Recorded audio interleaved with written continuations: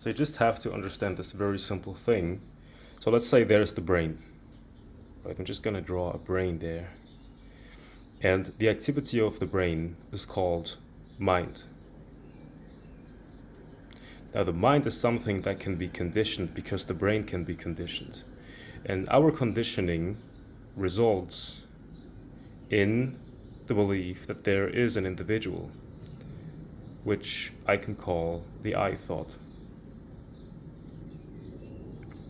Now, the mind creates the I thought, which is the beginning of a personality.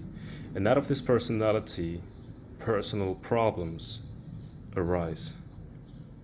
And they exist in the past.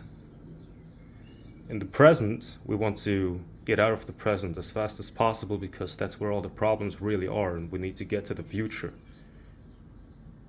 Right? That's what the ego thinks. And it projects solutions into the future, right?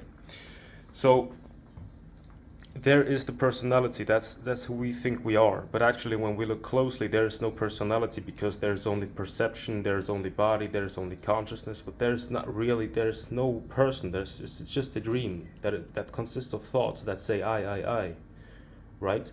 But when we believe ourselves to be a person, what happens is that we start to have personal sensations. For example, sadness, anger, all that stuff, right? So the person, which is one with the brain, is creating anger or sadness. Let's say it's a tightness.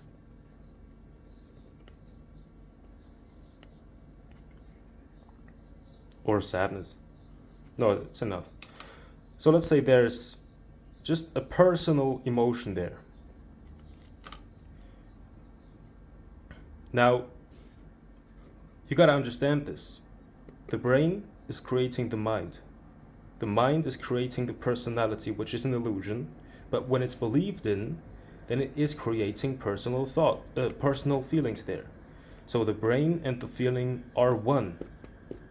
The feeling is the result of the brain's activity. I hope you understand this so far.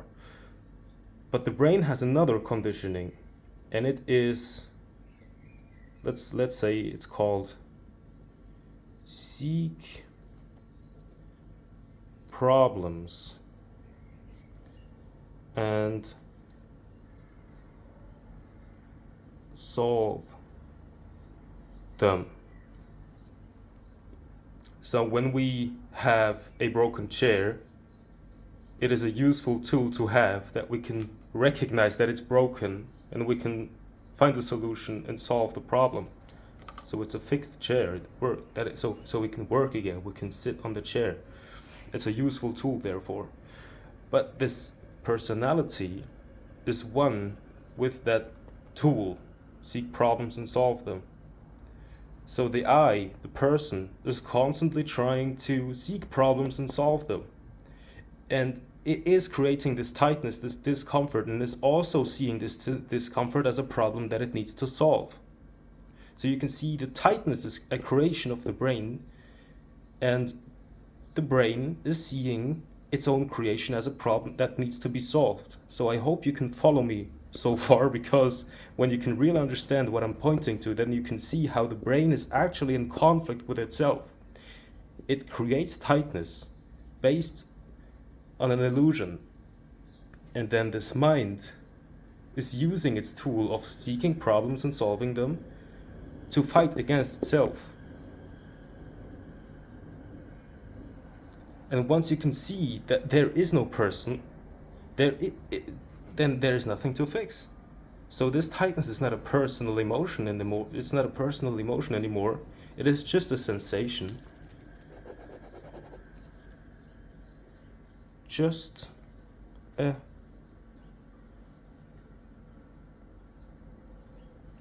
sensation that doesn't need to be fixed. And when you can see that clearly, then there's no conflict in the brain anymore, and it can finally relax. And that's what people call a brain or a mind that is free of conflict and therefore enlightened.